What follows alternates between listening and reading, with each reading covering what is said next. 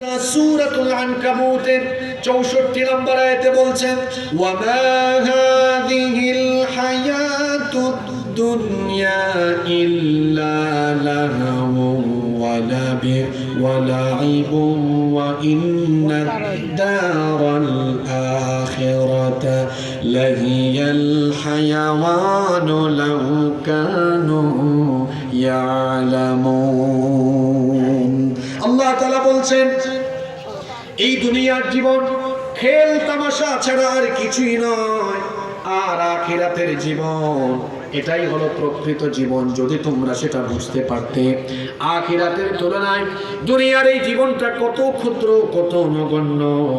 আপনি যদি সময়ের দিক থেকে হিসেব করেন, যদি বলেন সময়ের দৃষ্টিকোণ থেকে আখিরাত এবং দুনিয়ার জীবনের তুলনাটা কেমন, তাহলে শোনেন, দুনিয়ার জীবনে মানুষের শুরু আছে, শেষও আছে। এই জন্য দুনিয়ার জীবনকে বলা হয় ক্ষণস্থায়ী জীবন, কিন্তু আখিরাতের জীবন হলো চিরস্থায়ী জীবন। এই জীবনের শুরু আছে কিন্তু কোনো শেষ নাই। সময়ের দৃষ্টিকোণ থেকে পরিমাপ করলে দেখা যায় আখিরাতের তুলনায় এই দুনিয়ার জীবনে তো নগণ্য। কোরআনে কারীমের ৯ নম্বর সূরা সূরাতুত তাওবা এর ৩৮ নম্বর আয়াতে আল্লাহ তাআলা বলছেন আরাদিতুম বিল হায়াতিদ দুনিয়া মিনাল আখিরাতি ফামা মাতাউল হায়াতিদ দুনিয়া ফিল আখিরাতি ইল্লা কলিল। আল্লাহ তাআলা বলছেন তাহলে কি তোমরা দুনিয়ার জীবন পেয়ে আখিরাতকে ভুলে দুনিয়ার জীবন নিয়ে তোমরা সন্তুষ্ট হয়ে গেলে নাকি? অথচ শোনো, আখিরাতের তুলনায় দুনিয়ার ভোগ্য সামগ্রী হলো কালিল, অত্যন্ত নগণ্য, অত্যন্ত তুচ্ছ। একদিন আমরা সবাই দুনিয়া ছেড়ে চলে যাব, আখিরাতে ময়দানে মাহশরে, হাসরের ময়দানে আল্লাহর সামনে আমরা সবাই দাঁড়াবো। এ ব্যাপারে কি আপনাদের মনের মধ্যে কোনো সন্দেহ আছে নাকি? আল্লাহ তাআলা যেদিন আমাদেরকে হাসরের মাঠে একত্রিত করবেন, সেই দিন আল্লাহ তাআলা হাসরের মাঠে আমাদেরকে একত্রিত করার পরে আমাদের কাছে মনে হবে আখিরাতের তুলনায় এই দুনিয়ার জীবনে আমরা কতক্ষণ সময় ছিলাম। আল্লাহ তাআলা বলছেন কোরআনে কারীমের ১০ নম্বর সূরা সূরা ইউনূসের ৪৫ নম্বর আয়াতে আল্লাহ তাআলা বলছেন ওয়া ইয়াউমা ইয়াহশুরুহুম কাআল্লাম ইয়ালবাথু ইল্লা সাআতাম মিনান নাহারি ইয়াতাআরাফুনা বাইনাহুম قد خسر الذين كذبوا بلقاء الله وما كانوا مهتدين। আল্লাহ তাআলা বলছেন সেই দিন তাদেরকে হাসরের মাঠে একত্রিত করা হবে। যখন তারা হাসরের মাঠে একত্রিত হবে, মনে হবে আখিরাতের তুলনায় দুনিয়ায় তারা যে অবস্থান করেছিল, মনে হবে দিনের কিছু সময়, অর্থাৎ হয়তো ঘন্টা খানেক তারা অবস্থান করেছিল। আল্লাহু আকবার! শুধু বিচারের দিনটা লম্বা হবে। নবীজি বলেছেন ৫০,০০০ সানাতিন মিম্মা তাউদ্দুন। দুনিয়ার হিসাব অনুযায়ী বিচারের দিনটা লম্বা হবে ৫০,০০০ বছর লম্বা। আল্লাহু আকবার বলবেন না? বিচারের দিন ৫০,০০০ বছর। আপনি বেঁচে থাকবেন কয় বছর? উত্তর হবে হুজুর আমি জানি না। ৬০-৭০ বছর যদি বেঁচেও থাকেন, শুধু বিচারের দিন এর তুলনায় আপনার বেঁচে থাকার সময়টা খুব বেশি না খুব কম? যদি বলেন খুব বেশি না খুব কম? কিয়ামতের দিন আল্লাহ তাআলা হাসরের মাঠে মানুষকে জিজ্ঞেস করবেন। কোরআনে কারীমের ২৩ নম্বর বলছেন قال كم لبثتم في الأرض عدد سنين قالوا لبثنا يوما أو بعض يوم فاسأل العادين। আল্লাহ বলছেন তাদেরকে জিজ্ঞেস করা হবে কাম লাবিথতুম ফিল আরদ, তোমরা দুনিয়াতে কতক্ষণ ছিলে? তারা বলবে সম্ভবত ইয়াউমান আও বা'দা ইয়াউম, একদিন বা অর্ধেক দিন, এই রকম সময় হয়তো দুনিয়ায় ছিলাম, এখন এটাই মনে হচ্ছে। আল্লাহু আকবার! তাহলে যে দুনিয়ার পেছনে আমি আপনি পড়ে আছি, এই দুনিয়া সময়ের দৃষ্টিকোণ থেকে আখিরাতের তুলনায় অনেক কিছু না অল্প কিছু? অল্প কিছু। আবার আপনি যদি পরিমাপ করেন, পরিমাপের দৃষ্টিকোণ থেকে আখিরাতের তুলনায় এই দুনিয়া কত নগণ্য দেখেন। পরিমাপের দৃষ্টিকোণ থেকে আখিরাতের তুলনায় এত এই দুনিয়া এত নগণ্য।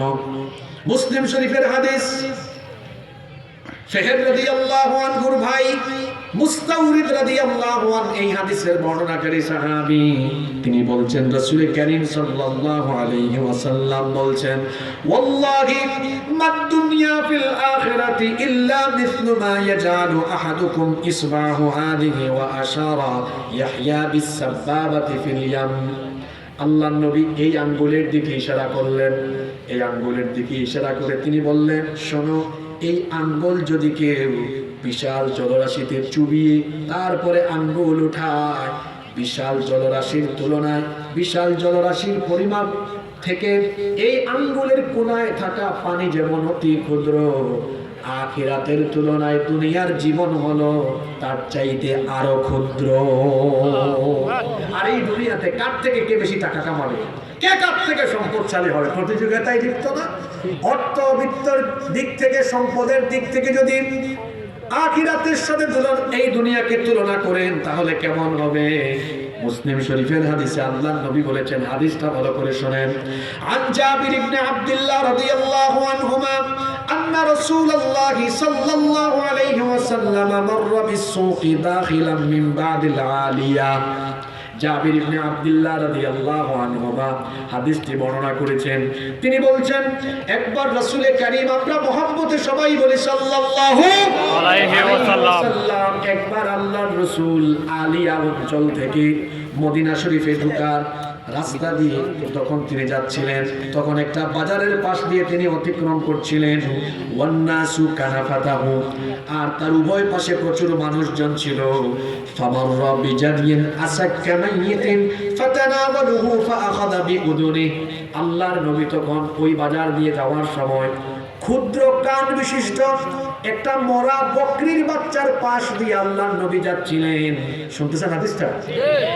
আল্লাহর নবী এক বাজার দিয়ে যাচ্ছেন, ক্ষুদ্র কান, ছোট কান বিশিষ্ট মৃত একটা বকরির বাচ্চার পাশ দিয়ে যাচ্ছিলেন।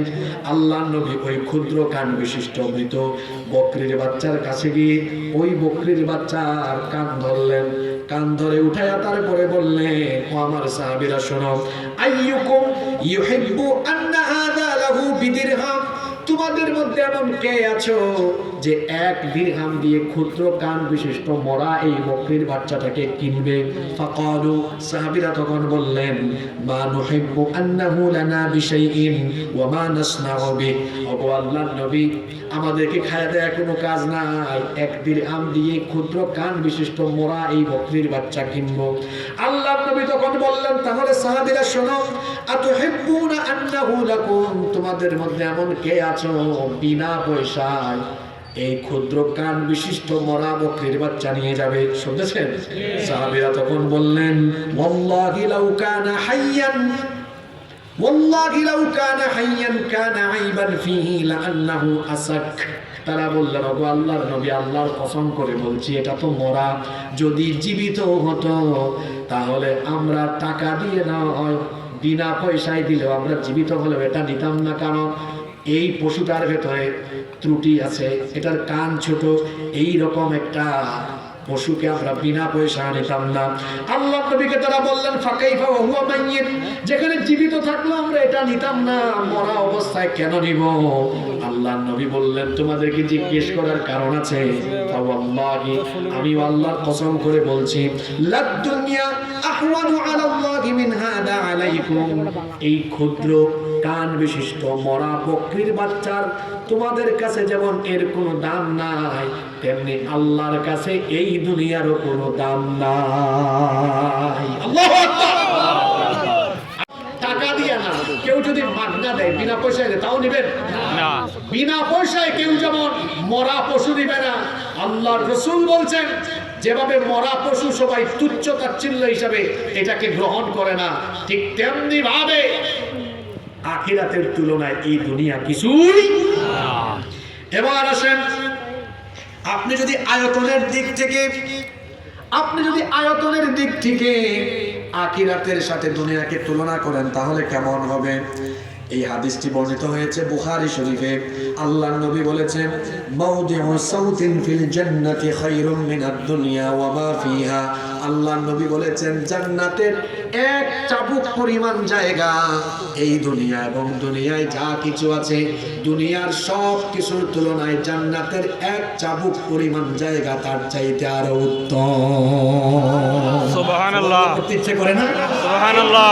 সকল নিয়ামতের চাইতে, আপনারা বলেন তো, দুনিয়ার সকল সম্পদ মিলে কি জান্নাতের এক মুঠো জায়গা পরিমাণ সমান দামি হতে পারবে? জোরে বলেন, দামি হতে পারবে না। সেই দুনিয়া নিয়ে মানুষ পড়ে আছে।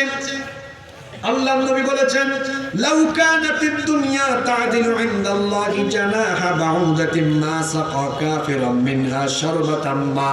আল্লাহর নবী বলেছেন, আল্লাহর কাছে যদি এই দুনিয়ার দাম একটা মশার দানা সম পরিমাণ হতো, তাহলে আল্লাহ তাআলা দুনিয়ার কোন কাফেরকে এক ঢোক পানিও গিলতে দিতেন না। যদি এই দুনিয়ার দাম আল্লাহর কাছে একটা মশার দানা পরিমাণ হতো, একজন কাফিরকে আল্লাহ পানিও দিতেন না। আল্লাহর কাছে এই দুনিয়ার কোনো দাম নাই। ঠিক তেমনি মুমিনের কাছেও দুনিয়া বড় না আখিরাত বড়? আখিরাত বড়। দুনিয়া বড় না আখিরাত বড়? আখিরাত। আপনাদের কাছে দুনিয়া বড় না আখিরাত বড়? আখিরাত যদি বড়ই হয়, তাহলে কেন আমরা দুনিয়ার পিছনে পড়ে পড়ে আখিরাতকে ভুলে যাই? দুনিয়াবি কাজে কেন আমরা আল্লাহর কাজ ভুলে যাই? নিজের বিবেককে আপনি প্রশ্ন করেন। ঘুমায় গেছেন নাকি আপনারা? মূল ওয়াজ শুরু হয়েছে তো মাত্র, ঘুমাইলেন না আপনারা? আপনারা একটু আগে জবাব দিলেন, হুজুর আমাদের কাছে দুনিয়ার চাইতে আখিরাত বড়। তো ঠিক আছে, আপনার প্রশ্নের উত্তর দিয়ে এখন আপনারে আমি প্রশ্ন করি, যদি আপনার কাছে দুনিয়ার চাইতে আখিরাত বড় হয়, তাহলে কেন দুনিয়াবি কাজ করতে গিয়ে আখিরাতের কাজ আপনি বাদ দিয়ে দেন? ব্যবসা করেন, চাকরি করেন, দুনিয়ার কাজ করেন, অসুবিধা নাই। কিন্তু দেখা যায় দুনিয়ার কাজ করতে গিয়ে আখিরাতের জন্য আল্লাহর কাজ, নামাজ আমাদের অনেকের বাদ পড়ে যায় কি যায় না? আরো জোরে বলেন, যায় কি যায় না? দুনিয়ার কাজে যারা আখিরাতের কাজ করতে ভুলে যায়, এই লোকগুলো আসলে আখিরাতের প্রতি মনোযোগী নয়। এই লোকগুলোর কাছে আখিরাতের চাইতে দুনিয়াটাই বড়। এজন্য দেখা যায় এমন হয়, তার পেট ভরে না, তার মন ভরে না, যত পেয়েছে আরো পেতে চায়। যদি একবার মেম্বার হয়, চিন্তা করে একটা মেম্বার হয়েছে, এবার পরের টানে চেয়ারম্যান হওয়ার চেষ্টা করব। যদি চান্দশ করাতে চান্দিশ করাতে যদি একটা বাড়ি বানায়, চিন্তা করবে একেবারে হাইওয়ের সাথে যদি বাড়িটা বানানো যায়। হাইওয়েতে যদি বাড়ি বানাতে পারে, চিন্তা করবে কুমিল্লা শহরে যদি একটা ফ্ল্যাট কিনা যায়, বাড়ি করা যায়। কুমিল্লা শহরে যদি ফ্ল্যাট কিনা যায় বা বাড়ি করা যায়, তো চিন্তা করবে আবার যদি ঢাকায় করা যায়। ঢাকায় করার পরে চিন্তা করবে আবার যদি কানাডার বেগমপাড়ায় কিংবা আমেরিকার নিউ ইয়র্কে একটা বাড়ি করা যায়। যদি একবার চট্টগ্রাম পৌরসভার কাউন্সিলর হতে পারে, তারপরে মেয়র হওয়ার চেষ্টা করে, মেয়র হয়ে গেলে পরে এমপি মন্ত্রী হওয়ার চেষ্টা করে, ক্ষমতা যদি একবার পায়, কেমনে আরো বেশি ক্ষমতার মালিক হতে পারে সেই চেষ্টা করে। একবার ক্ষমতায় আসলে পরে একেবারে 41 সাল যাওয়ার পর্যন্ত চেষ্টা করে। তাহলে বোঝা গেল মানুষের পরিস্থিতি হলো এমন, তার পেট কোনো কিছুতে ভরে না। সে যত পায় তত আরো চায়, সে যত পায় তত আরো। ভালো করে শুনে